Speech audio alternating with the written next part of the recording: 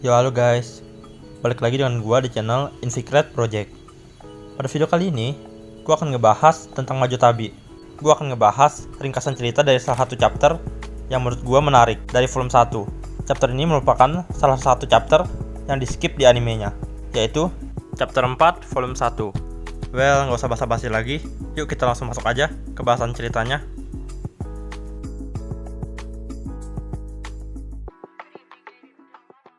Elaina datang ke sebuah negara kecil. Di negara tersebut, Elaina mengalami krisis keuangan, di mana di dalam dompetnya ia hanya memiliki sedikit uang. Selain itu, ia juga dalam kondisi kelaparan, di mana ia pun memutuskan untuk pergi ke salah satu toko roti yang ada di sana. Di saat Elaina ingin membeli roti, ia terkejut karena ternyata harga roti di sana sangatlah mahal, di mana biasanya di sebuah negara yang pernah ia kunjungi, harga sebuah roti yaitu 1 koin tembaga. Tapi di toko tersebut ternyata mereka menjual satu buah roti seharga 3 koin tembaga. Karena terlalu mahal, ia pun memutuskan untuk pergi dari toko itu. Dalam kondisi kelelahan dan kelaparan, Elaina hanya bisa menelan air liurnya sendiri. Lalu Elaina melihat di bangku taman terdapat pria dan wanita yang asik mengobrol. Dan di situ Elaina sedikit jengkel, dan Elaina meminum air tersebut. Mereka juga menertawakan Elaina. Lalu, karena Elaina jengkel, Elaina pun diam-diam menggunakan sihirnya untuk mematahkan bangku tersebut sehingga pasangan itu pun terjatuh. Namun, walaupun pasangan itu terjatuh, mereka masih saja tertawa. Setelah itu, Elaina pun memutuskan untuk mencari-cari penginapan. Namun, satu demi satu penginapan, ternyata harga-harga inap di sana sangatlah mahal. Lalu, Elaina pun bertanya kepada pemilik penginapan, kenapa harga-harga di sana sangatlah mahal? Lalu, pemilik penginapan berkata, kalau raja di negara ini sangatlah bodoh. Raja tersebut mengeluarkan banyak uang palsu dan membuat nilai uang di negara itu jatuh. Namun, para warga sudah terbiasa dengan itu. Tapi tentunya, bagi traveler seperti Elaina, itu akan menjadi harga yang sangat tinggi. Karena harga penginapan sangatlah mahal, Elaina pun memutuskan untuk pergi dari penginapan itu. Setelah itu, Elaina pun duduk di pinggir jalan. Dia berpikir untuk mencari pekerjaan untuk mendapatkan uang. Lalu, sekilas, Elaina terpikir sesuatu untuk menghasilkan uang di mana ia pernah menggunakan cara tersebut. Dan di sini, ia ingin mengambil 3 kali lipat harga biasanya. Lalu, Elaina memanggil seorang pria yang lewat di depannya. Ia berkata kalau ia adalah peramal traveler. Elaina menebak kalau pria tersebut memiliki masalah percintaan. Dan ternyata, itu benar. Lalu, Elaina berkata kepada pria itu untuk pergi ke taman malam ini dan menunggu di dekat bangku yang patah. Ia berkata kalau pria itu akan menemukan jodohnya di sana. Lalu, Elaina pun memberikan seutas tali kepadanya. Ia berkata untuk mengikatkan tali itu di tangannya dan berdiri di samping bangku sambil menunggu wanita yang akan datang padanya. Setelah itu, Elaina pun meminta bayaran dari pria itu. 1 jam setelahnya, ada wanita muda yang lewat. Elaina memanggil wanita itu. Lalu, sama seperti sebelumnya, Elaina menebak kalau wanita itu memiliki masalah percintaan. Dan ternyata, itu lagi-lagi benar. Elaina mengarahkan wanita itu ke tempat yang sama dengan pria yang sebelumnya. Ia berkata kalau wanita itu akan menemukan jodohnya di sana dengan seutas tali yang terikat di tangannya. Setelah itu, Elaina pun meminta bayaran juga dari wanita itu. Setelah beberapa lama, Elaina mendapatkan banyak uang. Lalu, setelah ia memiliki banyak uang, Elaina pun langsung membeli banyak roti di toko awal. Saat ia sedang membeli roti, tiba-tiba ada beberapa penjaga yang memanggilnya. Dan mereka tahu kalau Elaina adalah peramal traveler. Para penjaga berkata kalau raja di negara itu mencari Elaina. Lalu, para penjaga pun membawa Elaina ke kastil.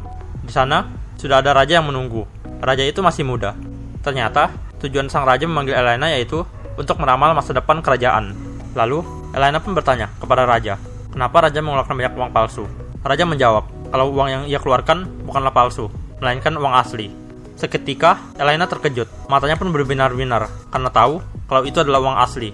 Tentunya, dia sangat senang karena ternyata itu adalah uang asli. Raja muda berkata kalau itu adalah suruhan dari orang yang dekat dengan raja sebelumnya, yaitu penasihat raja. Sehingga ia mempercayakan kebijakan ekonomi pada penasihat. Elaina berpikir kalau penasihat raja membohongi raja muda itu. Sang raja berkata kalau penasihat telah melakukan banyak pekerjaan dengan baik. Bahkan ia berpikir, kenapa nggak penasihat raja saja yang menjadi rajanya? Tapi melihat situasi kali ini, raja mulai khawatir dengan perekonomian kerajaan. Itu sebabnya ia ingin Elaina meramalkan tentang masa depan kerajaan yang damai. Elaina pun langsung membuat keputusan. Ia berkata kalau ia bisa, dan raja pun sangat senang karena tanggapan dari Elaina. Tapi Elaina berkata kalau ia ingin melakukannya tapi dengan beberapa syarat, yaitu mengizinkan Elaina untuk tinggal semalam di kerajaan. Ia berkata kalau ia ingin memahami tentang kerajaan. Setelah itu, Elaina pun masuk ke kamar, di mana di sana ia sangat kegirangan karena mendapatkan kamar yang sangat mewah. Lalu, beberapa waktu setelah itu, Elaina menyamar menjadi tikus dengan sihirnya untuk berkeliling dan melihat-lihat kerajaan. Lalu ia melihat prajurit yang sedang mengobrol dengan pria yang lebih tua, yang sepertinya itu adalah ayahnya, di mana dari percakapan mereka ingin menjatuhkan raja yang sedang menjabat saat ini. Selain itu, mereka juga membicarakan Elaina, di mana mereka berkata kalau dia adalah peramal penipu. Namun, penyamaran Elaina menjadi tikus telah mencapai batasnya, dan Elaina pun kembali ke wujud aslinya di depan mereka. Langsung saja pria yang lebih tua itu menodong Elaina dengan pistol. Namun Elaina dengan sigap menggunakan sihirnya untuk menangkap mereka dengan sihir tanaman merambat. Dan ternyata pria tua itu adalah penasihat raja, di mana ayah dan anak berencana untuk mengambil alih kerajaan. Namun rencana mereka pun digagalkan oleh Elaina. Setelah menangkap mereka, Elaina diberikan upah oleh sang raja dengan dompet yang penuh dengan uang. Ini merupakan syarat kedua yang diajukan oleh Elaina, di mana ia ingin uang lama yang ia dapatkan ataupun uang palsu yang ia dapatkan ditukar dengan uang asli yang baru. Raja pun menghela nafas, dan ia berkata kalau ia tidak menyangka kalau selama ini ia terus dibohongi oleh penasihatnya. Dan Elaina berkata kalau kebohongan seseorang tidak dapat dilihat hanya dari wajah mereka. Ya tentunya Elaina ngomong kayak gini itu merujuk pada dirinya sendiri. Semua orang gak sadar kalau dia sedang menipu. Contohnya saja pas dia jadi peramal gadungan. Lalu kisah Elaina di negara ini pun selesai dengan kondisi kerajaan yang kembali seperti semula.